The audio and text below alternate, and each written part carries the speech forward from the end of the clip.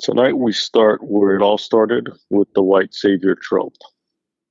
We're doing our retrospective on 10 years and 500 rants. We're in November of 2021, episode 353. Denis Villeneuve decides that he has the balls to take on Dune. It's a film that's proved damn near impossible to make, but he makes it. It looks great, but what, Rick? I think you find out that the problem is with the source material, and I know that's going to be a problem for a lot of people who swear by this novel. But if what is put up on that screen is reflective of what Herbert wrote, then it's just it's a continuation of the white trope stereotype of the savior, the desert people who are noble and good and yet still need a white boy that was foreseen to save all. And I gotta say, I'm tired of it. I gotta say that it doesn't elicit any kind of excitement. It's nothing more than the same old song played a little bit better, a little bit more stylish. It's certainly better than David Lynch's 80s attempt at the genre, but nowhere near the fascinating project that we would have saw in the 70s with Alejandro Jodorowsky. I hated this movie, and it's hard because there's so much on screen to admire about it. I mean, set design, production, some of the performances, but overall, my God, what a fucking waste. It's this movie came out to some controversy, obviously, about this and about representation. Not enough, though. And not enough. I mean, you know what? The controversy has been greater with other films. I think people wanted this one to succeed more. I think the people who were complaining about this film, a lot of people just marginalized them and said, you know what? Nobody can win with you fuckers. You're going to complain about everything. You're always going to be complaining. And maybe that's true. You're going to make everything about race. Yeah. Well, it's interesting because it falls into, it's like people who are like, well, we're going to be technical and we're going to look at this and we're going to call it out for what we say it is or whatever. And then there are those who are like, look, it's about the dangers of the white trope. It's about the dangers of, so it's kind of like it becomes, it's all perspective and perception. But what really stands out to me from what you just said is you were like, I'm fucking tired of it. Yeah. And I think that there is this sense in terms of culture, taking it back, and the point of us doing this retrospective is to also look at what's happening now, and take a page from fucking your friend Joey Diaz, Mm-hmm. We just talked about the sequel earlier this year, I believe, and so we're marching our way towards that, towards earlier this year into now, from here in 2021 where we're at in terms of this timeline. But in today's timeline, we're looking at, the reason I'm prefacing it with that is that, yes, I'm going to take it back to the political because this is also a parallel, an entertainment parallel, because we're seeing it in memes, we're seeing it in clips, we're seeing it in stories, all of this. Right now, we are at a place where it looks like it's going to be Donald Trump versus Kamala Harris. And not too long ago, weeks ago, it was Donald Trump versus, I almost forgot his name, Joe Biden. Yeah. And to the Donald Trump franchise fans, who are legion, yeah, from who are legion from the MAGA universe, they're like, no, we need the fucking white savior trope. We need that. Like that's exactly what we fucking need. Um, in order to save fill in the blank, right? Um, and then you have the other side, which um, maybe they don't. It varies on how much they lean on this or are conscious of it, but it's kind of like, well, we need a white savior to. I'll try to not make you yawn. I'll try to pick up the pace a little bit. You have a mic in front of you. I know. Reminder. I know. I've had a rough fucking couple of days with no sleep. I apologize. It has nothing to do with the content, believe me. Buymeacoffee.com. Yeah. Rick needs it badly. So it's like, well, we need a white savior to fight against the white savior because there's a concept of electability.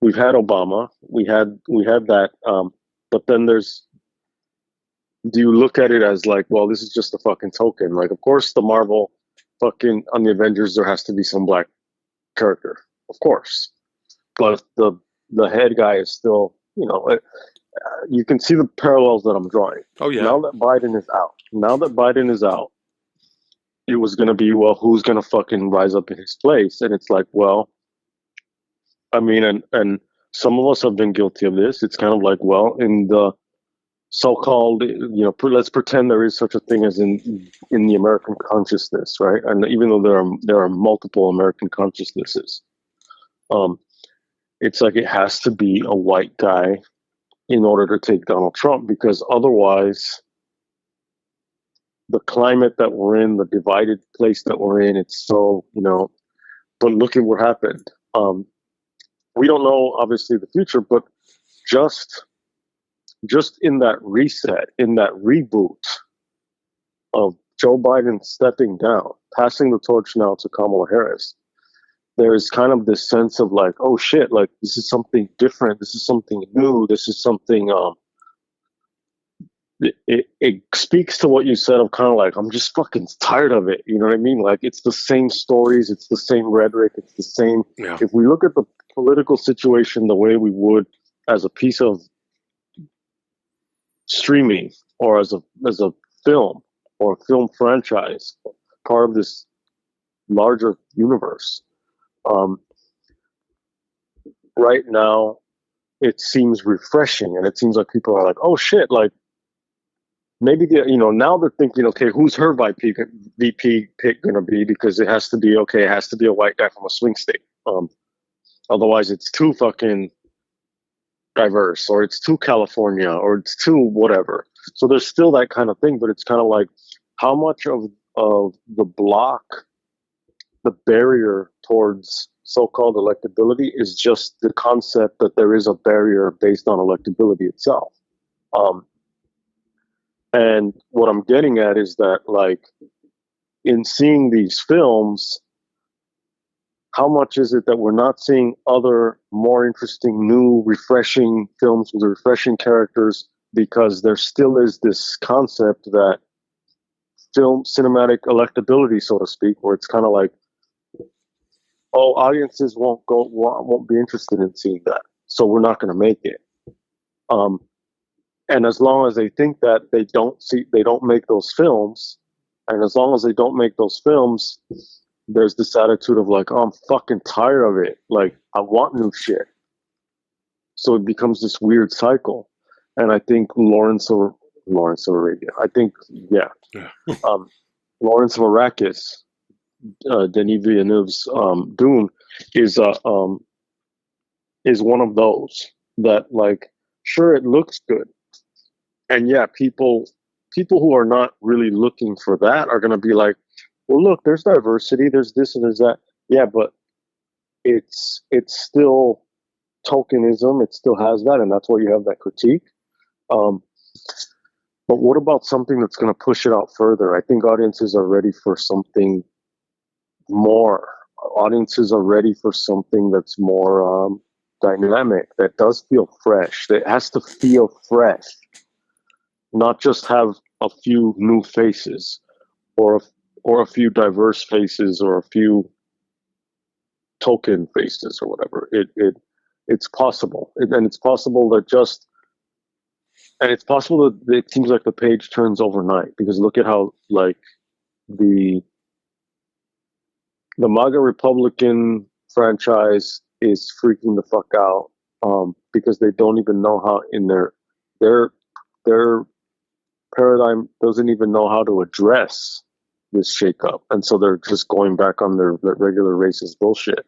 In the same way that the studios don't know how to really like, there's some fucking changes coming to. AI is gonna fucking like do a ringer. It's gonna do a number on all of us. The studios are just barely catching up with fucking not catching up, but they're just ramping up with streaming. Look at fucking. I don't know if you've been. I don't think you have because you said you didn't want to go on that journey. House of Dragons. A lot of the thematics of that are very, very feminist. And I've been while I'm in it. I'm up to date on it, and it's interesting to see these stories where you have these different prominent female characters having to deal with these political situations where it's like, the men around them are like, nah, it's always been done this way. Supposedly you're the figurehead, but kind of like, just let us fight it out. We have to fight. Let's do this. If you don't want to take the old approach, you look weak. You look ineffectual. And now the question is, how do these women kind of like leverage their roles that they fucking found themselves in and often like pursued? And it is interesting because it's kind of like, this is not what they did last time. It's something different. And that's what the whole fucking film world needs, is something that's different rather than just something that looks good. Because with AI and with the technology that's coming, it's all going to look good. The first versions of whatever the fuck comes out of AI, it's all going to be the same because it's going to be very generic. But it depends on what happens to now with these different prompts.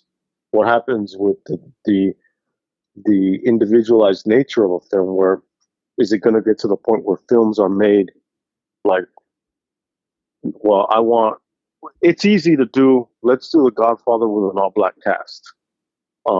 And you can recast the character, and we can remake The Godfather for ourselves, made to order,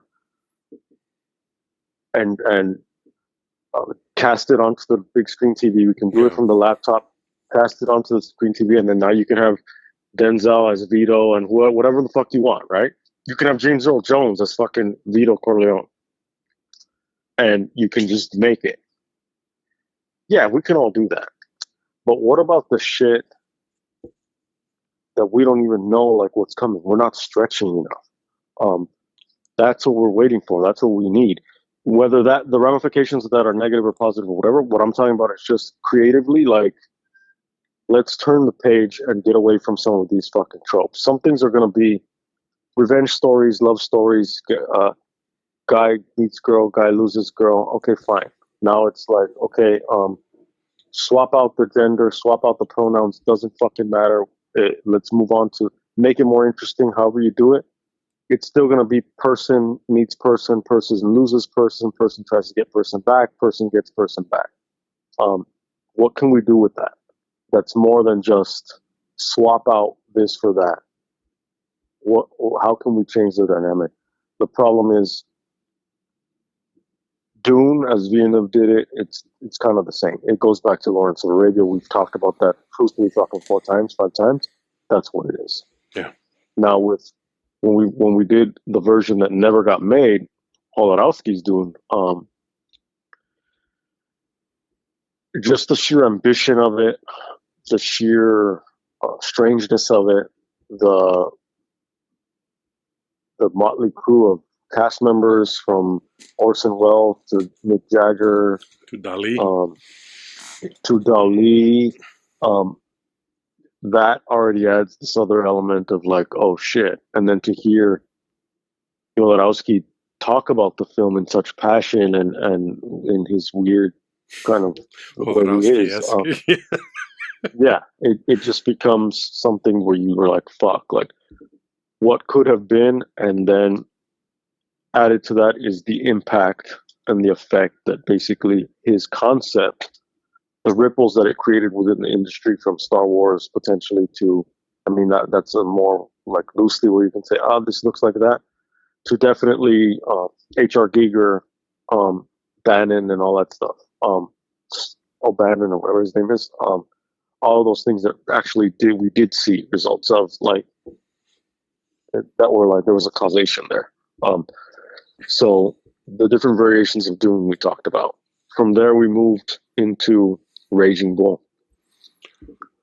Raging Bull. I mean, for us to do an episode on Raging Bull almost seems, I guess, anticlimactic, because it's like doing an episode on Taxi Driver to a degree, because it permeates the conversation. I mean, it's such a powerful film, and it's such a well-known film, well-respected, and foundational of cinema as a whole, but particularly 70s cinema. And I know Raging Bull was 1980, but it's a 70s film. Right. Right. And we've talked about that at length. Maybe we will go back to it at some point, but it's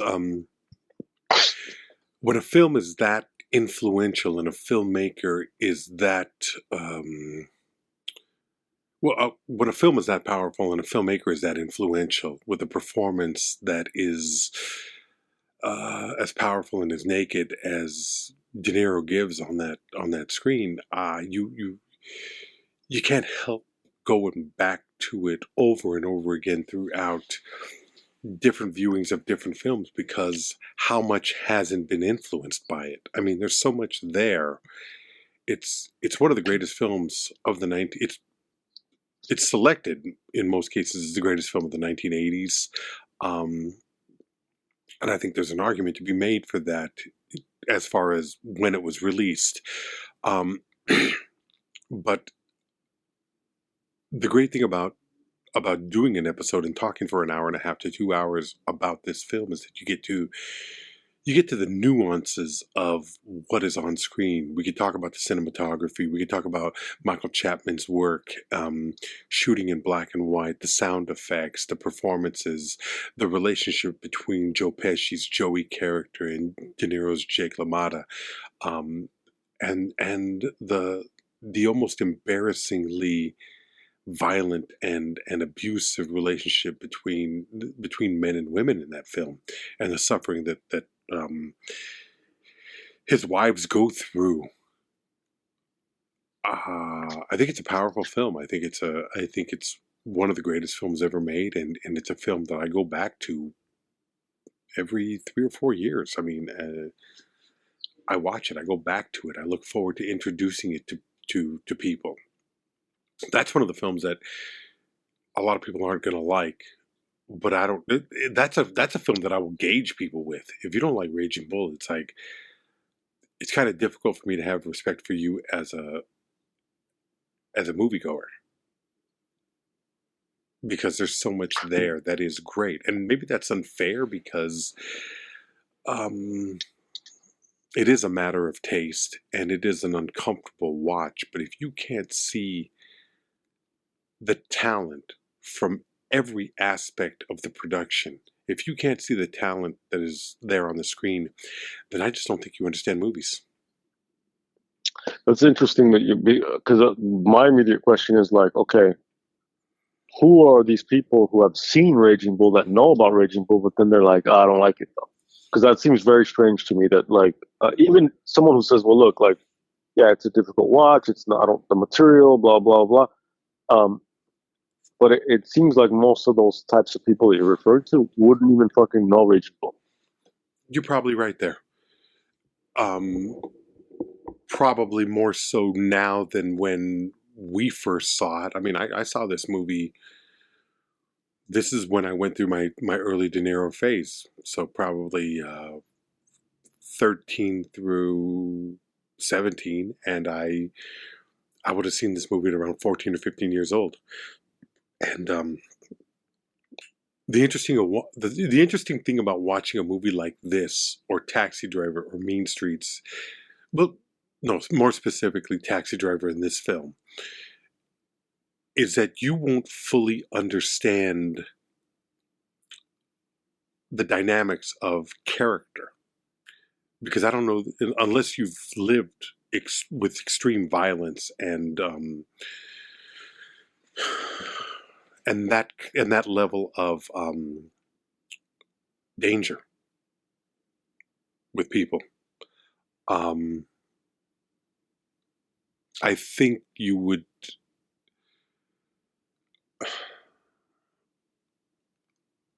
I lost my train of thought. I don't know where I was going with this. Unless you've lived with extreme violence, you may not understand. Okay, this. yeah, you can't truly appreciate the characters on. I mean, a lot of people would dismiss both Travis Bickle and Jake LaMotta as violent, misogynistic, racist, and abusive characters. But that's the fucking point. You can't. They might elect that person. Yeah, there's that.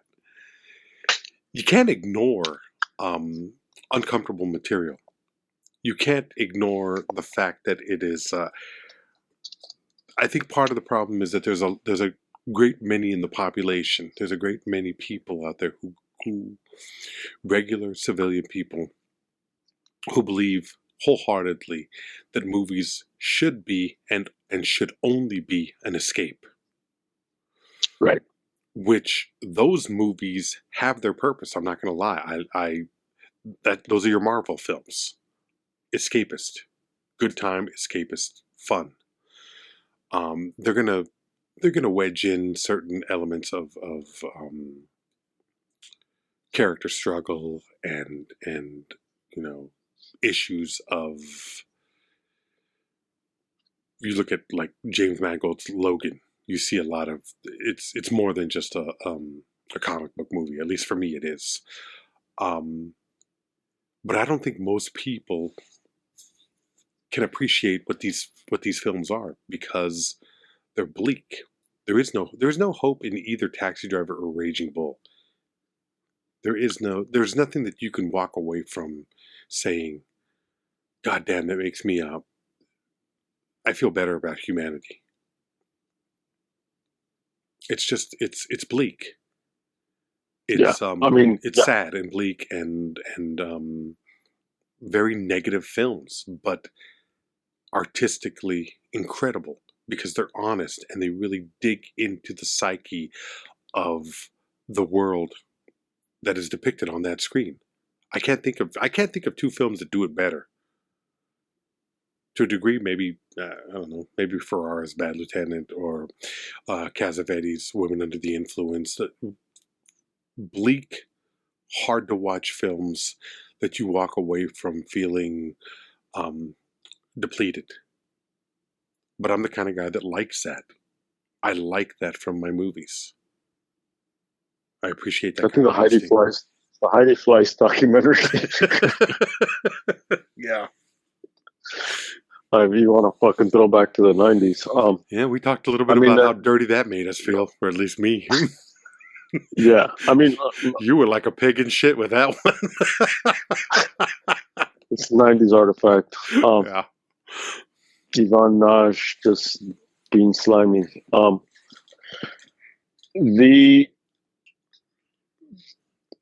The escape element is like, well, yeah, escape, but any of these films, it's like, well, they're going to have moments that are better, more uplifting, whatever, scenarios that are better than your average person's life.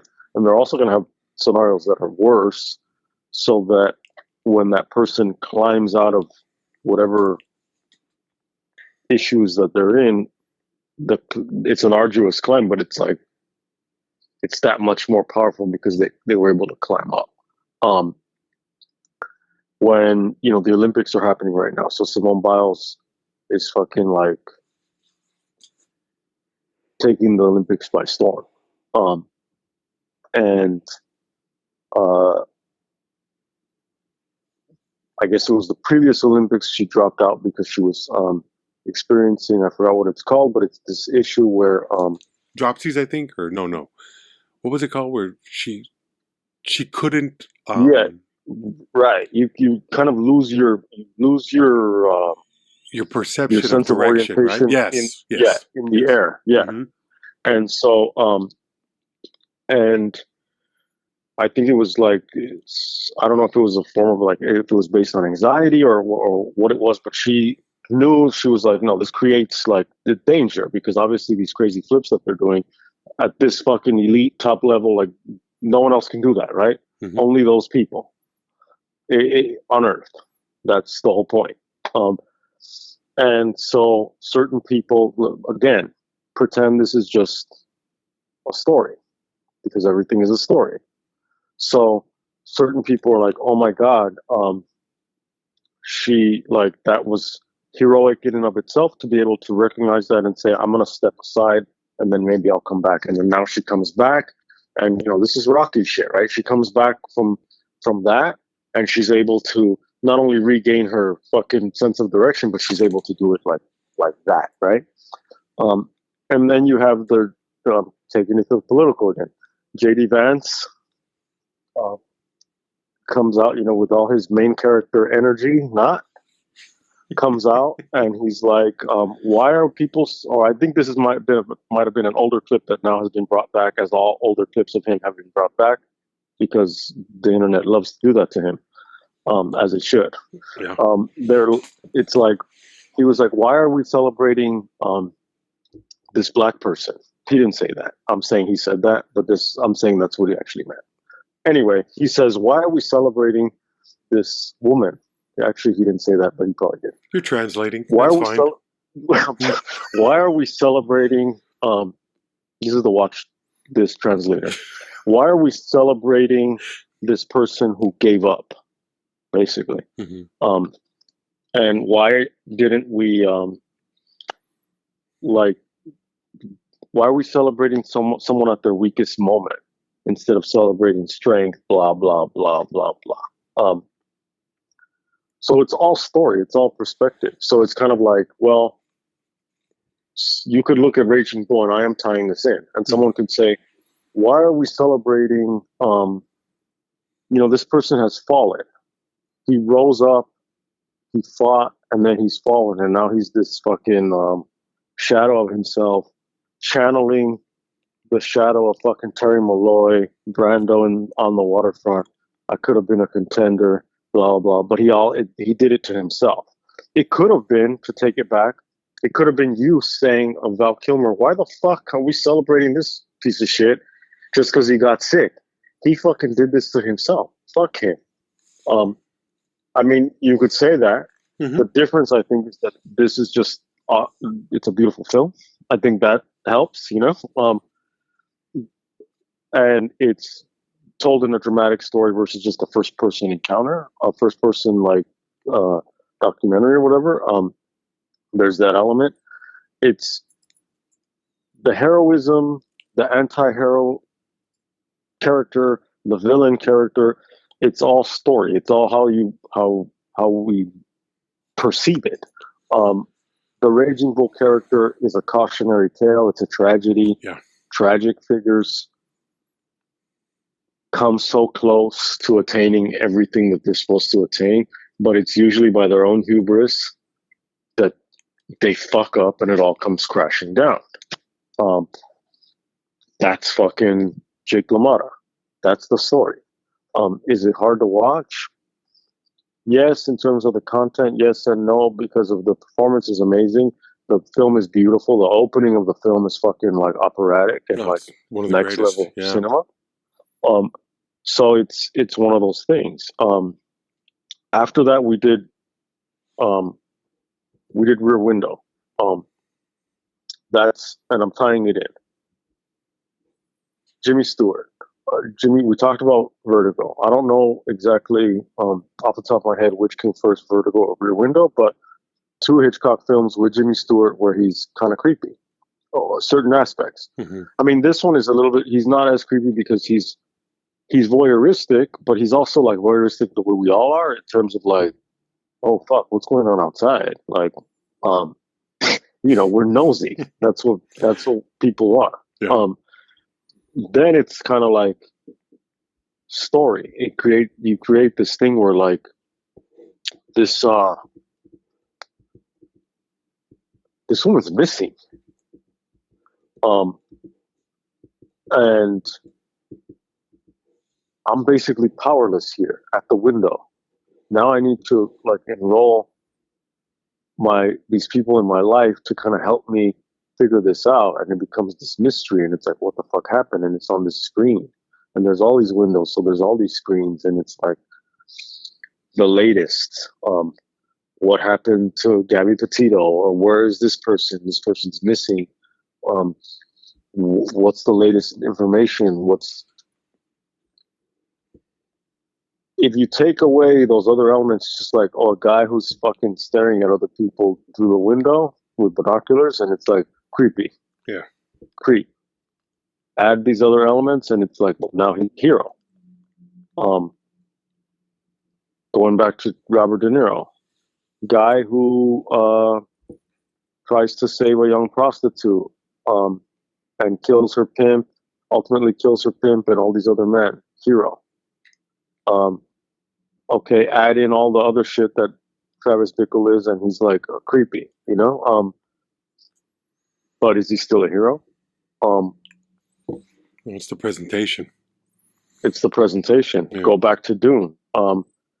Kid becomes immersed in this culture. Ultimately, he becomes the leader, takes over fucking, will eventually, atrocities will be done in his name. Hero, okay, up to a certain point. At what point, you know what I mean? It's all in the presentation. It's all in the optics of it. Yeah. And it's watching it's watching those tensions that make it uncomfortable.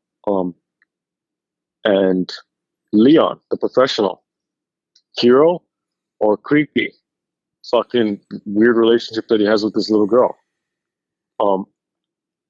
Right? Absolutely. And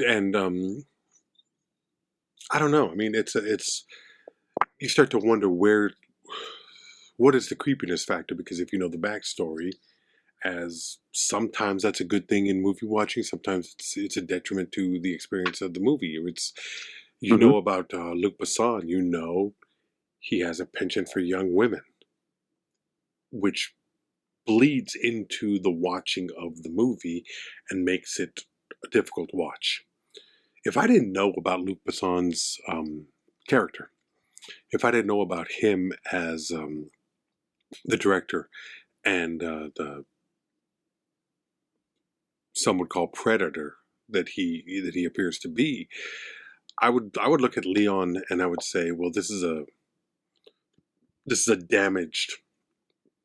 Maybe I always looked at the Jean Reno character as somewhat, if not somewhat mentally retarded, at least slow, but with a skill that is common in movies like this. You know what I mean? Where it's like he's not very bright. However, he has this thing that he can do. Yeah, he's an innocent killer. Yeah, yeah.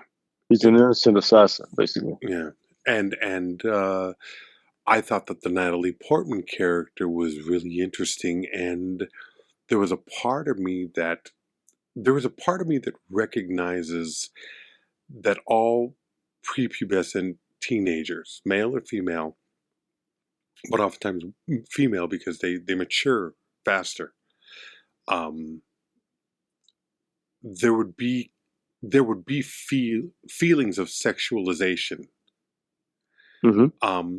and I think that's natural in real life experience.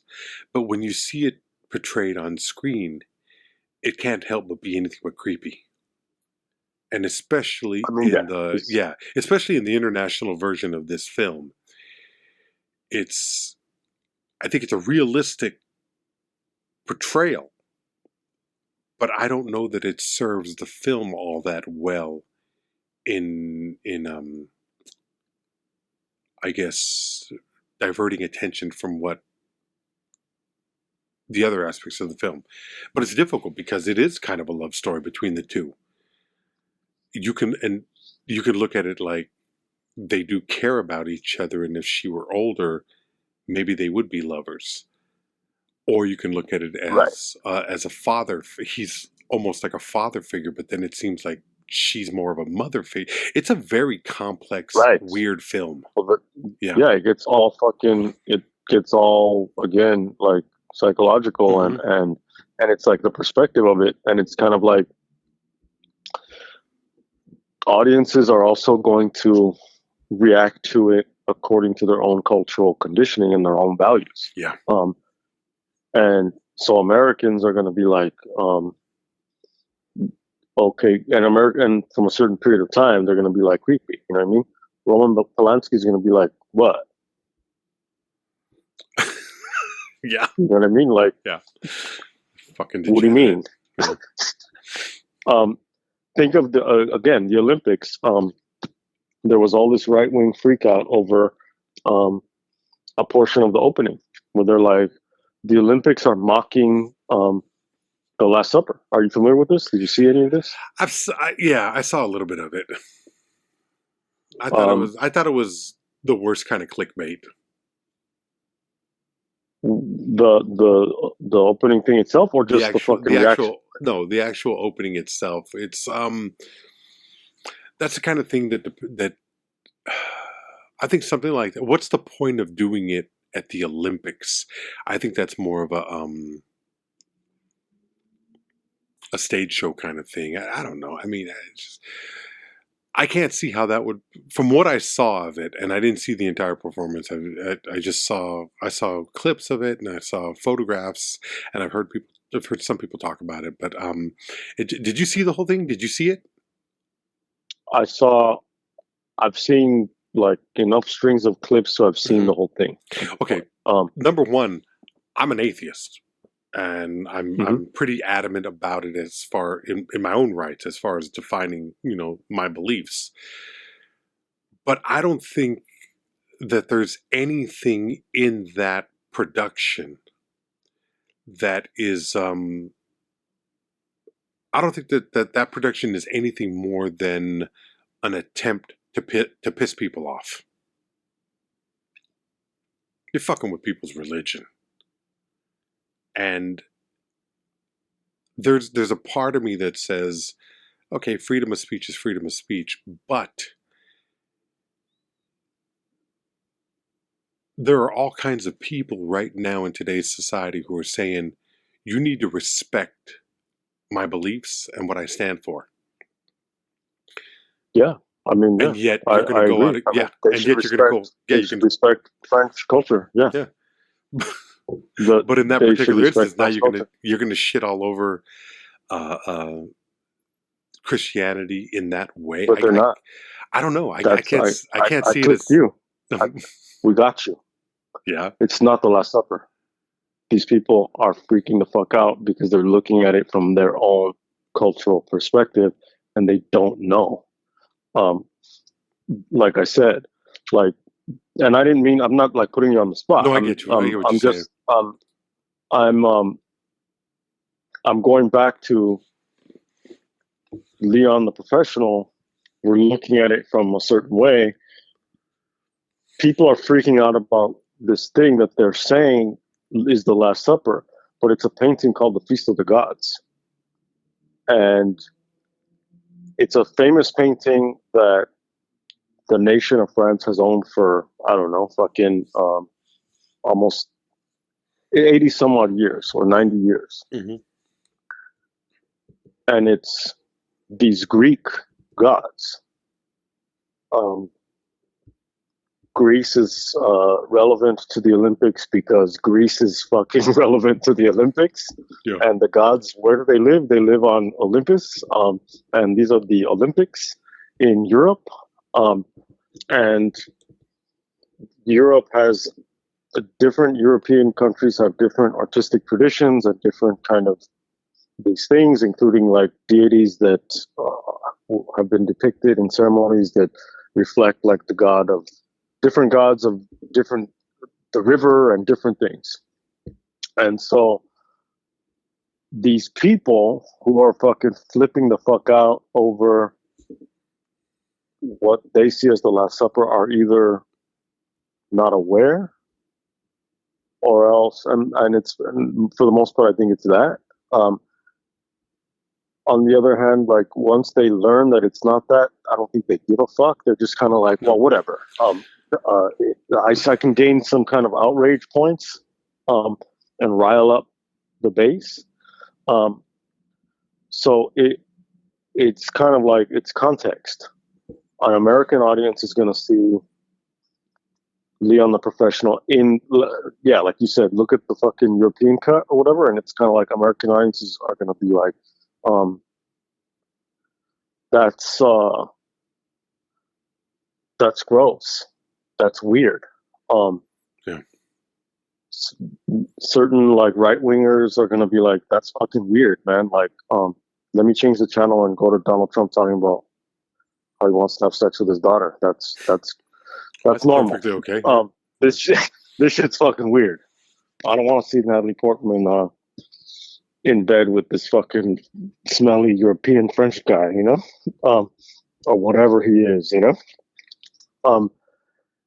But it is like it is creepy, but that also goes back to the Lolita thing. That goes back to, you know, don't stand so close to me. This idea of a grown man and this young girl, but like you said, it has those elements of like he's a father figure, but at the same time she's like a mother figure to him. It's very complicated, but again, like, is he a hero? Is it weird? Is it? I mean, it's not like they didn't have sex, but is it coded as if they've had? You know what I mean? Like because they're having cigarettes at a certain point, and like that means something in maybe not anymore, but to audiences of a certain age, that means something because having a cigarette with someone means like, okay, we just had sex type of shit. It's all that actually is potentially more clickbaity. Because I think it's kind of like it's meant to make you question all these things. It's meant to make you clickbaity, but in a good way, I think. In that it does make you question. It makes you wrestle with these ambiguities, all of that. I mean, after that, we did the Beatles Get Back. Mm-hmm. Again, history perspective. It's this long fucking document of watching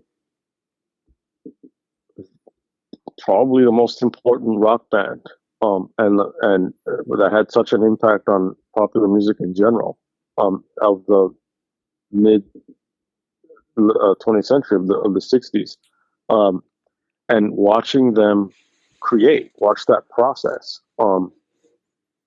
and again throwing in AI and all that other shit, like that process. Guys sitting in a fucking studio trying to come up with like shit and seeing it. You know, we have the album, and we have the other albums, and now, you know, obviously with streaming, like we have access to all of the fucking Western canon of fucking recorded music, right?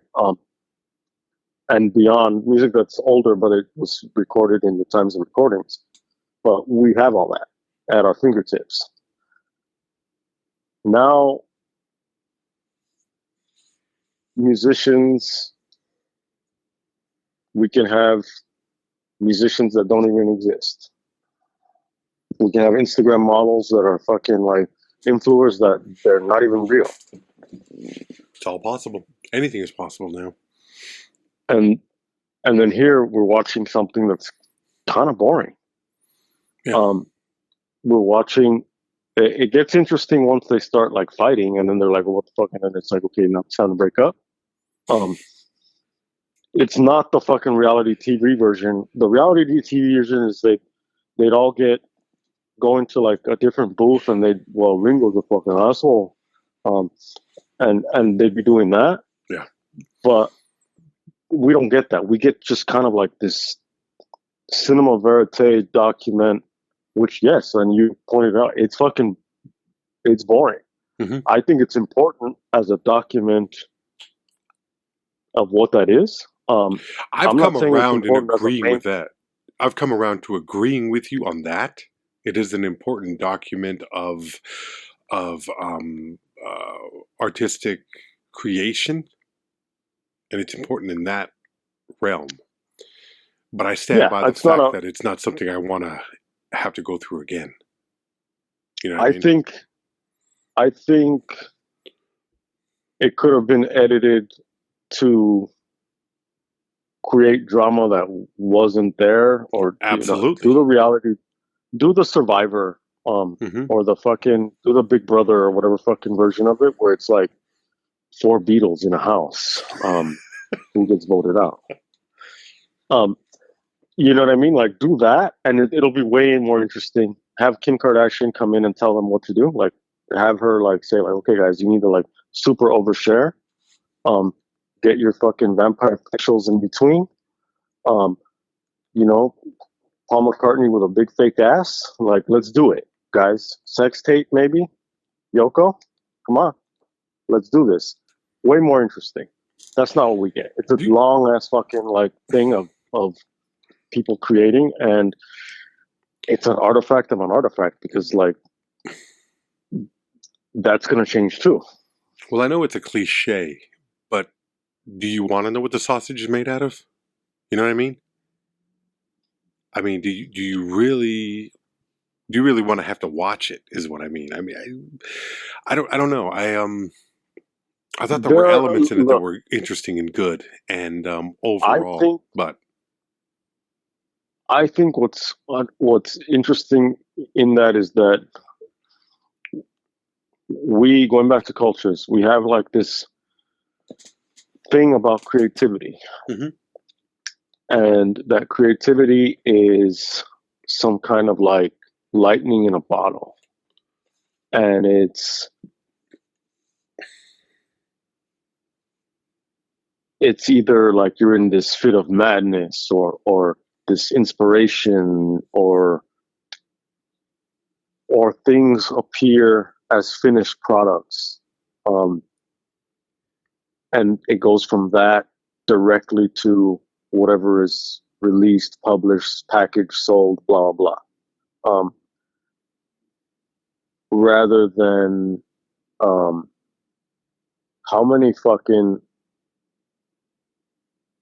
many years does it take for someone like that to, the minutes, the hours, the years, the decades, to sit and practice on a guitar, and once you get to that, and Malcolm Gladwell talks about the fucking 10,000 hours and all, and he uses the Beatles as an example in the book. To be at that already elite level, late Beatles, and still you're seeing just guys on a piano and on a guitar, kind of just, and you're like, oh shit, like that's how it sounded in the beginning. They're discovering this thing, like, oh shit, like it does on the one hand kind of like pull back the curtain, and that's the question: do you want to see that? Do you want to see, or do you want to have the mythology? I think we still have the mythology. I just think that it's kind of like, even in the playfulness or the discovery of like putting those chords together and going, you don't have the lyrics yet, but you have the melody, and you're discovering it. It's like, even that is like, it's another layer of magic, because you get to watch the magic, and you're like, these guys, we're watching how it was made behind the scenes, and how like it's like a special feature. only it's fucking 1,000 hours long. Um, so it's a mixed bag, but at the same time, I think there's something cool about it because you get an insider Yeah. story. Well, I agree with that. I mean, and I think it humanizes them in a weird way where it's like sure, I think a lot of people imagine that these motherfuckers just pick up the guitar and boom, the song is there. right? And I don't think artistically, people with an artistic sensibility don't do that, obviously. But I think too many people do imagine that, whether it be a writer just spews out these words, or a film just gets made, or a comic just says something on stage and it's funny, or a painter just paints.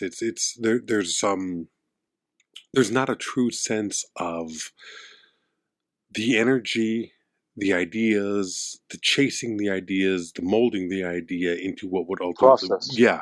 the process that leads us to great works of art. The problem with Get Out, at least for me, I agree with you. I recognize that it's important to see that process, but over a period of 6 or 7 hours, you get bored with it and you check out. And I think that was the main problem that I had, is that I found it very difficult to dedicate the time needed to really involve. It was just like, okay, well, more of this. Well, yeah, Peter Jackson. Yeah, his struggle would be basically against the wind. What to leave in, what to leave out, which is, it's always the editor's that's the editor's dilemma, right? Mm-hmm. Like, what do you pick? What are the highlights, right? Because you can say, well, just give us the highlights, give us the best stuff, but that would be defeating, and we'll get it. That would defeat but that the whole. defeats it. Yeah. But do you go so to the extent that he does in this film? Yeah, because it's like, no, I'm going to give you the whole fucking document, and you have to just go through it. So it's tough. Well, you know what? I'm not trying to read the Warren report. I just want to know where the fucking bullet went. So exactly. Yeah. Like, there is that. But it's like, but you need the fucking. It's both. Yeah, I know you're right. I know you're right. It's both, and from there we went to Phil Spector, and there you go into, like, well, again, beautiful, perspective, culture, where are you coming from? Beautiful music that was created, but also a fucking, like, a killer. Yeah. So that one is straight into, like, well, we're going into salacious mode here. So it's all, I mean, we did the Phil Spector docudrama, but we also did the Wrecking Crew documentary about the musicians, and that's where you get to see the behind the scenes. Mm-hmm. You get kind of the best of both worlds, where you get the behind the scenes Wrecking Crew thing, where it's like, this is what they put in. This is behind the curtain. Yeah, but that's also that's a difficult and unfair comparison. I'm not saying what you're saying. I'm saying to compare the Wrecking Crew documentary or Shadows of Motown or Muscle Shoals or any of those to what Get Out does, because you're talking. You mean Get Back? You're talking about talking head documentaries versus Fly on the Wall. It's different. It's it's completely different. Yeah, so.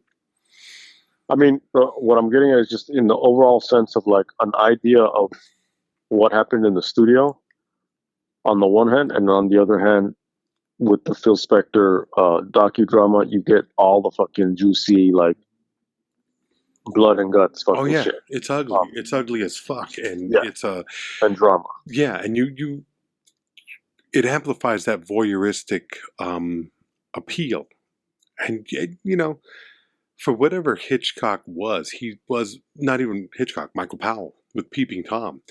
There is a slap in the face that you are complicit. You are complicit in the violence and the depravity, and the tabloid nature of it. Those shows are on TV because your dumbass is clicking on it. Yours and mine, for that matter. I'll put myself in there.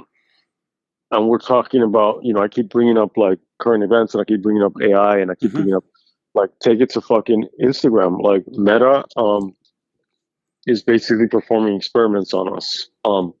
Because it learns, so it keeps adjusting um based on what it gives you, and it's like, okay, they like that, okay, I'm gonna give you more of that. What happens if I'm gonna give I'm gonna present things that are it's not gonna like, followed by something that it likes, so it becomes like a slot machine, or it's like um next, ooh, next, ooh, next. Where's my ooh? And I gotta keep swiping and swiping, and now I'm like 2 hours in, and I'm chasing the ooh, right? And you're in, Yeah. you're in. So that's the thing too. Is like now this always goes back to art as well. Werner Herzog's Fitzcarraldo. Do you make something that you think people are going to want, or do you make what you fucking want?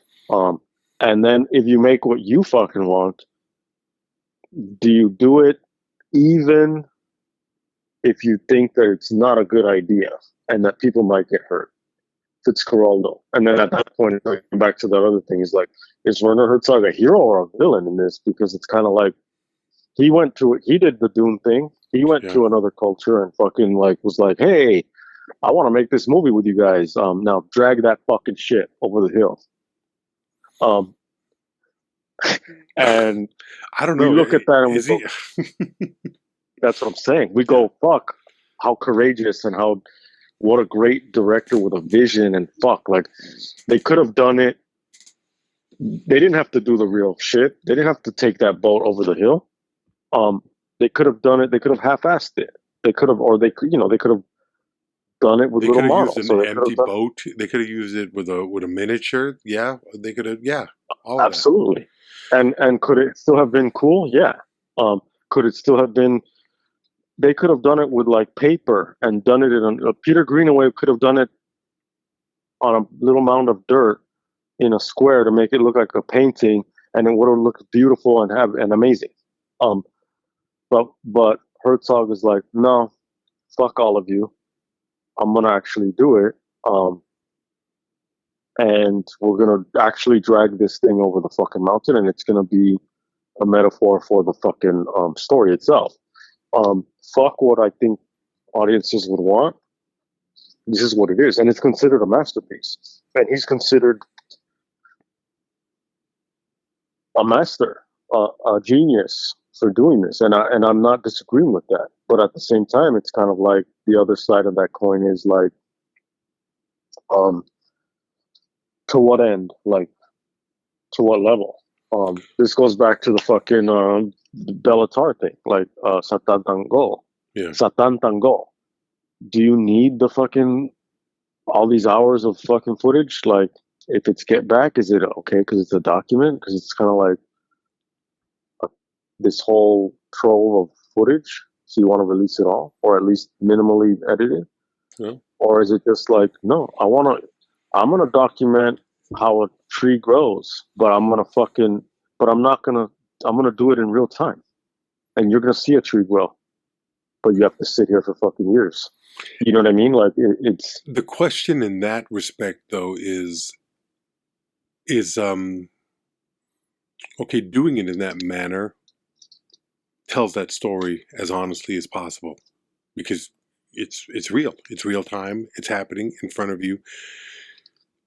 Even though by the virtue of the fact that you're filming it already changes it. Absolutely, but yeah, I mean, within the constraints of how much that allows. But is it something that somebody wants to invest their time in? And that's the real deal. I mean, Andy Warhol made a film in the late 60s, I think, called Empire State Building. Yeah, he made a bunch of those, yeah. But that one in particular was just a 24-hour, I think it was something like a 24-hour shot of the Empire State Building. Yeah. Now So you you have could, like the night sky and all mhm, that. Yeah, it's like a museum piece. Yeah. yeah. Now you can look at that as, wow, this is kind of creative. This is It unbelievable to is look at creative. Yeah. something. Yeah, but at the same time, you could look at it like, here is a guy who might have said, let me see what kind of shit I can put up there and people are willing to watch and uh,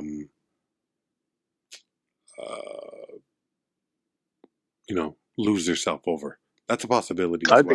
I think it's both. I mean, especially with a Hmm. character like that, like it's like It's an Andy Kaufman-esque type of thing where it's like, yeah, let me exactly. fuck with them, and I Exactly. think there's validity to Exactly. that. But and that's the thing is that with Andy Kaufman or Andy Warhol, both of them, I look at it from the perspective of, I like the idea of what you do. I love the fact that there are people out there that will go and watch it and convince themselves or bullshit themselves into seeing the whole thing and it was magic. But I like the concept more than any kind of execution as far as having to experience it myself. Right. I mean, that's the conceptual aspect of the art Yeah. form is that it's like it begins with a thing of it begins of like, well, it's also performance art. Hmm.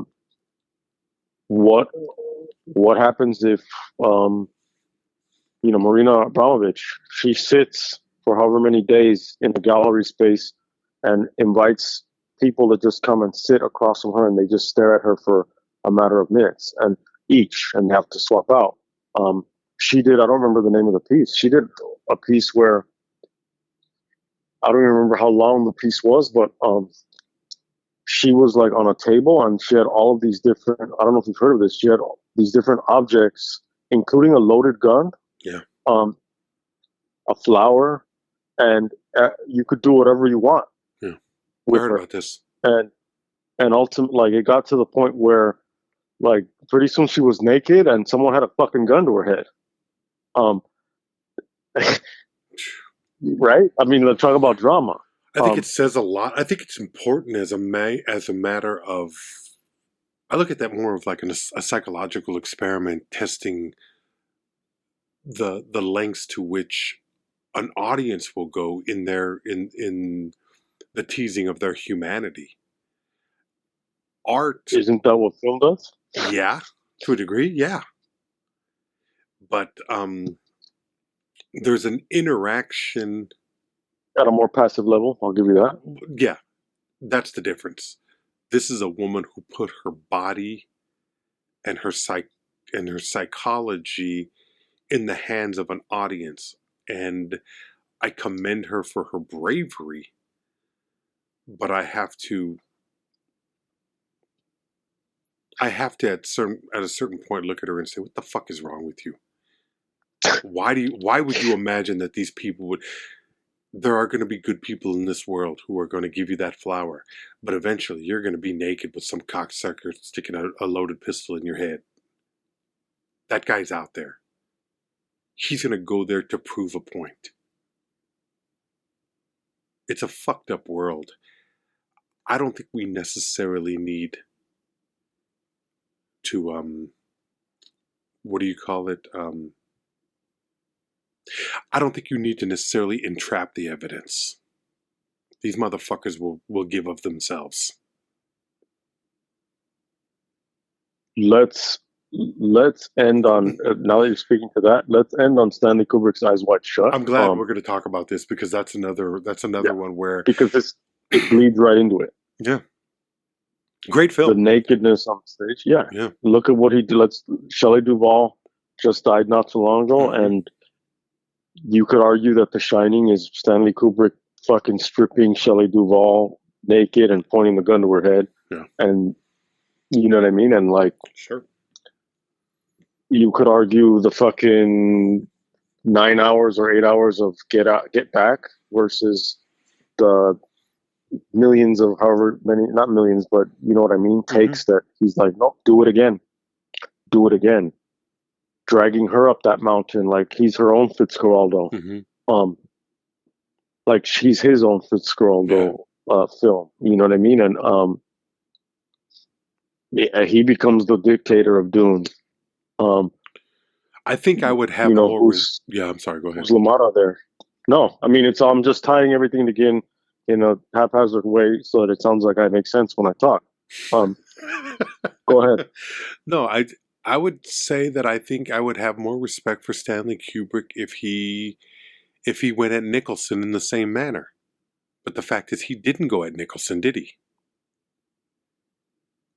He didn't No, he didn't. demand of Nicholson the way he demanded of Shelley Duvall, the way he demanded of Scatman Crothers.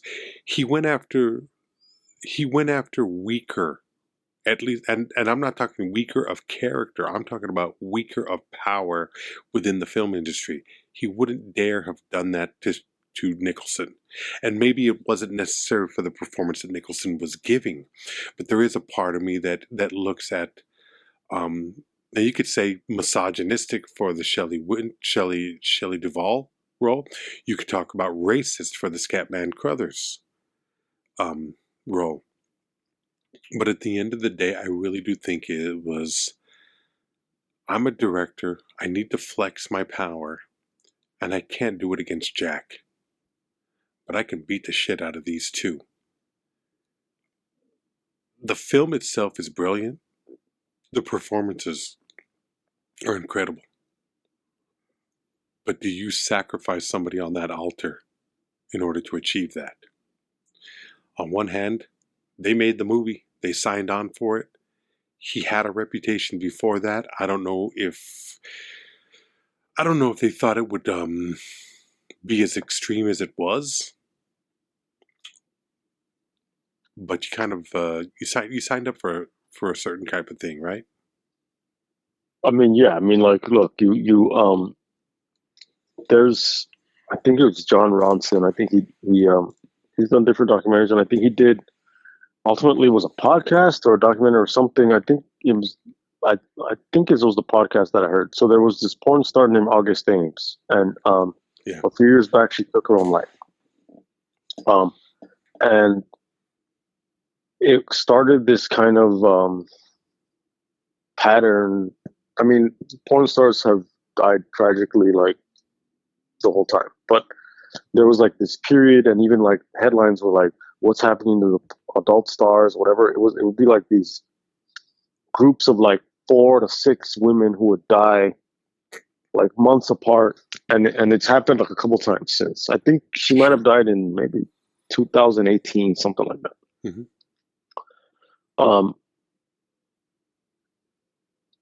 Her specific scenario was that she decided that she didn't want to do a scene with this guy who was like a crossover. I guess he was like gay porn, but he would do straight porn also. And she didn't want to like, she was like, no, that's a hard limit for me. Like blah, blah. She wanted to only work with certain people. So then people started calling her homophobic, and it became this all online bullying thing. And whatever that led to, whatever issue she was going through outside of that, blah, blah, blah, ultimately she takes her own life, right? But then in the John Ronson podcast or whatever thing it was, they're talking about this scene that she had done like shortly before that with this other male performer, and that he was known for being very like aggressive and like violent. And the scene, I'm trying to remember that the scene was never released. And I don't know if he saw the scene or he heard about it, or to what extent he knew about the scene. But the idea of this project was that was this like a contributing factor to her suicide because of the toll that it took on her. And so when you reminded me, because you're like, well, we signed up for this, and I'm like, okay, yeah, of porn, perfect example. No, I asked. Okay, Is you signing up for this in a way you right. allowing it? I'm not saying that I'm not saying you were blaming the victim. So you asked. So then it's like, okay, well, someone literally in this scenario, you signed up to get fucked, to fuck and get fucked. When you're doing porn, that's what you're doing. But right, but hey, like I didn't sign up to drag this boat. You know what I mean? Up the hill, Yeah. right? I didn't sign up to be the token fucking sand person from this fucking planet. Like I did, but like the way I'm portrayed is like that's not what I signed up for. I didn't sign up for that. And that goes on both sides because it's like David Lynch is like, I signed on to do Dune, but I didn't sign on to do this. Jodorowsky's like, I signed up to do Dune. Like, how come I can't just do Dune? How come I can't make it? Jake LaMotta, I'm a fucking asshole. I signed up. Boom. It's all a perspective, you know what I mean? Like, Yeah. it's all of that, and this whole episode has been about one perspective, one taking things too far, how the culture interprets. How does Natalie Portman feel about the reaction to her portrayal, or even how she's portrayed? Like, and does she feel weird watching the American cut versus the European cut? Because it's like, oh, I remember doing this, but it looks crazy. Like it's like looking at pictures of yourself where you're just like, or hearing your voice for the first time, and you're just like, ugh. You know what I mean? Like it is a weird feeling. Yeah, it is a weird feeling, and all of those things, you know what I mean? Like, or kind of like, oh shit, like that's not the Last Supper. Like, what do you mean? And then now you look at this other thing, and you're like, oh, never mind. So to take it through Shelley Duvall and into fucking Eyes Wide Shut, now it's like Kubrick is doing it again, but he's doing it with this couple, and they're like Tom Cruise and Nicole Kidman. And I don't know how much after this they broke up. I'm not sure. But they were fucking pretty raw on that screen. And I know you had issues with some of the performances, especially him, and I mean, like, I get it. But it does all speak to the kind of like, on the one hand, we're like, fuck, Stanley Kubrick, this is his last film.